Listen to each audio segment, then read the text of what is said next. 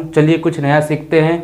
आज की इस वीडियो में हम जानेंगे व्याकरण के कितने अंग होते हैं और साथ में व्याकरण की परिभाषा। हम किसी भी भाषा को जब पढ़ते हैं तो उस सबसे पहले जानना जरूरी होता है व्याकरण के बारे में। अब व्याकरण को अगर हम अच्छी तरह से समझ लेते हैं तो हम आगे की जो चीज़ें होती हैं उसके बारे में सामान्य से अध्ययन कर सकते हैं। ठीक है, चलिए शुरू करते हैं। व्याकरण और व्याकरण के अंग कितने प्रकार के होते हैं, तो आइए हम जानते हैं व्याकरण की परिभाषा होती क्या है। आइए हम समझते हैं। व्याकरण की परिभाषा होती है हमारी वह विद्या जिसके माध्यम से किसी भाषा को शुद्ध रूप में पढ़ते, लिखते एवं समझते हैं, उसे व्याकरण कहते हैं।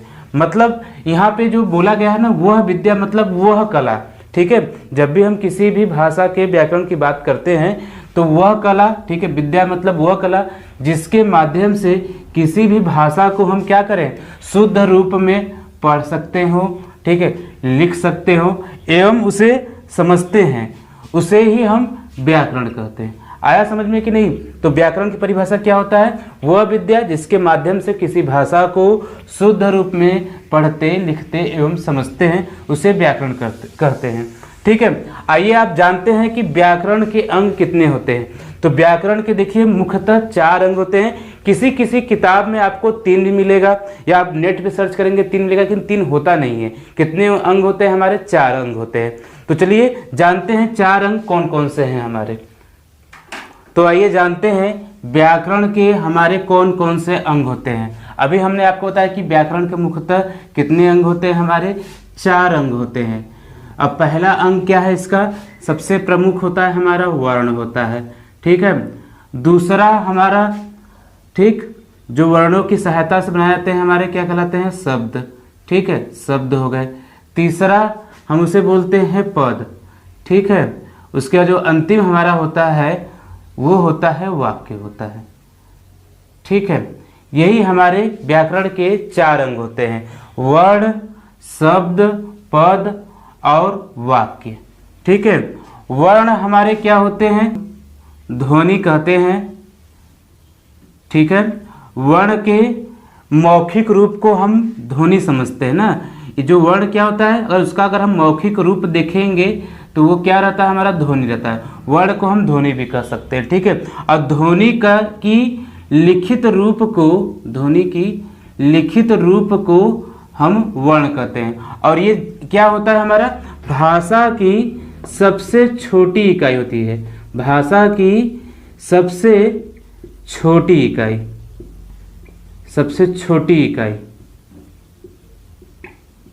वर्ण होता है। ठीक है, आया समझ में कि नहीं? अगर आपसे कभी बोला जाए कि वर्ण किसे कहते हैं, तो वर्ण जो होता है कि जैसे हम उच्चारित करते हैं ना, अ, आ, ई, उ, ई, जैसे जो भी चीजें आती हैं ये सब क्या है? हमारे वर्ण में ही आते हैं। वर्ण की जो हमारे मौखिक रूप को ध्वनि कहते हैं, वर्ण कहिए चाहे ध्वनि कहिए, दोनों ही एक ही होता है। और जो ध्वनि को जब हम लिखते हैं, ठीक है, वो वर्ण के रूप या तो जो लिखित रूप क्या होता है? हमारा वर्ण होता है। ठीक है, और ये वर्ण क्या है आपका? भाषा की सबसे छोटी इकाई है। और साथ में क्या होता है? वर्ण को हम 3 भागों में बांट सकते हैं ना। ठीक है, कौन कौन सा हमारा होता है? एक हमारा स्वर होता है, दूसरा हमारा व्यंजन और तीसरा अयोगवा होता है। ठीक है, ये 3 रूप होते हैं। ठीक, लेकिन इसी वीडियो में हम पूरा नहीं बता पाएंगे। हम अगले वाले वीडियो में हम आपको वर्ण के बारे में संपूर्ण जानकारी देंगे। इसके बाद एक दूसरा पार्ट हमारा आता है, जो अंग है शब्द है। ठीक है, वर्णों की सहायता से जो वर्ण के जो संयुक्त रूप को क्या कहेंगे? हम लोग शब्द कहेंगे। लेकिन जो संयुक्त रूप में कैसा होना चाहिए? उसका कुछ अर्थ निकलता हो। जैसे हम कह सकते हैं आ हो गया हमारा और म हो गया, ये हमारे वर्ण हैं। इन दोनों के संयुक्त रूप को इसे लिखेंगे आम। ठीक है, तो आम क्या है? एक हमारा सार्थक रूप है और ये क्या है? इससे अर्थ निकल रहा है, इसलिए ये क्या हो जाएगा? हमारा शब्द हो जाएगा। ठीक है, तो शब्द किसकी सहायता से बनाए जा सकते हैं? हमारे वर्ण की सहायता से बनाए जा सकते हैं। ठीक है, दूसरा अंग क्या है? हमारा शब्द है। तो वर्ण आपको समझ में आया, शब्द भी समझ में आ गया होगा। तीसरा हमारा क्या होता है? पद होता है। पद भी क्या होता है? देखिए, पद कभी कभी हम कुछ किताबों में पढ़े हैं, देखें उसमें कि पद और शब्द को एक ही रूप में लिखते हैं ना। अगर हम एग्जाम्पल की बात करें, जैसे लड़का ले लिए, ये क्या है? आपका शब्द है। आम ले लिए, ये भी क्या है हमारा शब्द है। जाता, ये भी क्या है हमारा शब्द है। ठीक है, इसी को एक क्रम में लिख दिया जाए, वाक्य के रूप में लिख दिया जाए। ऐसे लिख दिया जाए, लड़का आम खाता है। ठीक है, लड़का आम खाता है। ठीक, तो लड़का आम खाता है, तो लड़का तो वैसे शब्द है, आम भी शब्द है, खाता है ये भी क्या है हमारा शब्द है। ठीक है, लेकिन अब यहाँ पे क्या है, इसको इसके हम वाक्य के रूप में लिखें तो अब इसको क्या मिल गया, एक पदवी मिल गया।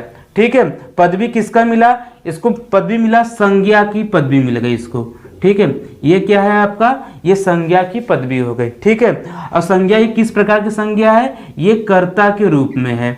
ठीक है, ये कर्ता के रूप में हो गया। और ये इसका अगर वचन देखेंगे तो क्या है, एक वचन है।